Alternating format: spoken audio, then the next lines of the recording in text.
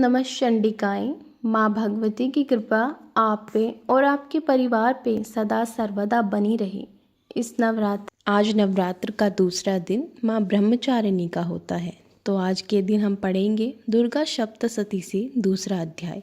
लेकिन उससे पहले हमें पढ़ना होता है कीलक स्रोत। तो अपने चित्त में देवी के जिस भी स्वरूप को आप पूजते हैं उसका ध्यान लगाकर कीलक स्रोत सुनिए।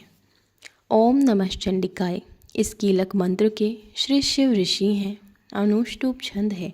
महासरस्वती देवता के स्थान पर है। श्री जगदम्बा की प्रीति पाने के लिए सप्तशती के पाठ के साथ इसे पढ़ना चाहिए। ओम चंडिका देवी को नमस्कार है। ऋषि मार्कंडेय ने कहा कि ज्ञानमय शरीर वाले, तीनों वेदों के 3 नेत्र वाले, मस्तक पर अर्धचंद्र धारण करने वाले और सबका कल्याण करने वाले भगवान शिव को नमस्कार है। मंत्र सिद्धि में जो विघ्न उपस्थित होते हैं, यह कीलक स्रोत उनका निवारण करता है। देवी की स्तुति करने मात्र से मंत्र सिद्धि होती है।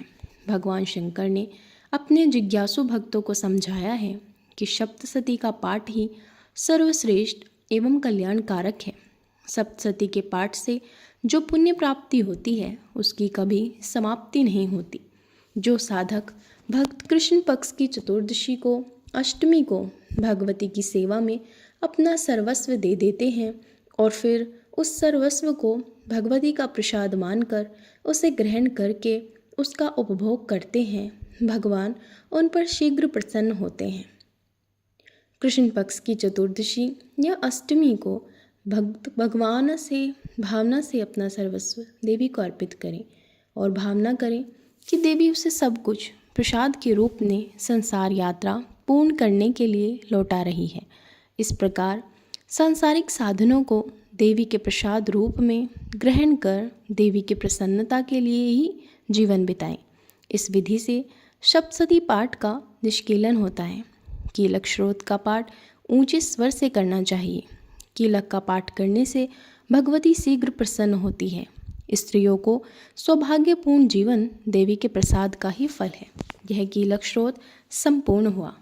निष्कीलन का अर्थ होता है कि दुर्गा सप्तशती के श्लोक अत्यंत शक्तिपूर्ण हैं। सब अर्थात जिनके मन शुद्ध नहीं हैं वे इसे पढ़ नहीं सकते, इसलिए भगवान शिव ने इसे किलित किया है।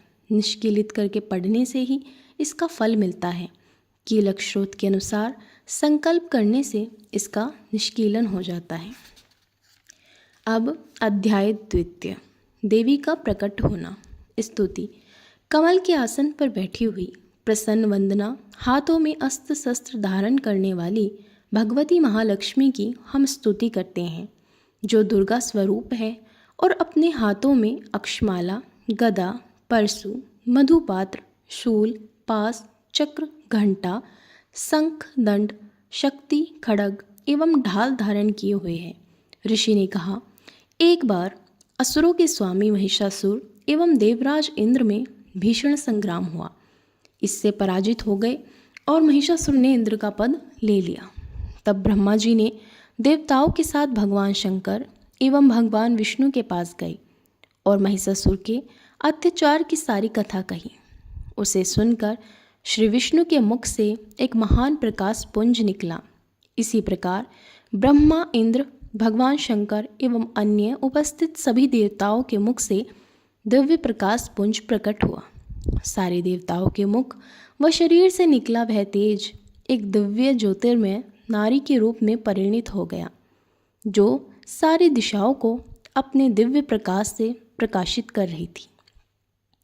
भगवान शंकर के तेज से देवी का मुख प्रकट हुआ। यमराज के तेज से सर के बाल व भगवान विष्णु के तेज से उसकी बाहें प्रकट हुई। इंद्र के तेज से कटि प्रदेश, चंद्रमा के तेज से वक्ष, वरुण के तेज से जंघाएं उत्पन्न हुई। ब्रह्मा के तेज से दोनों चरण एवं सूर्य के तेज से उंगलियां बनी।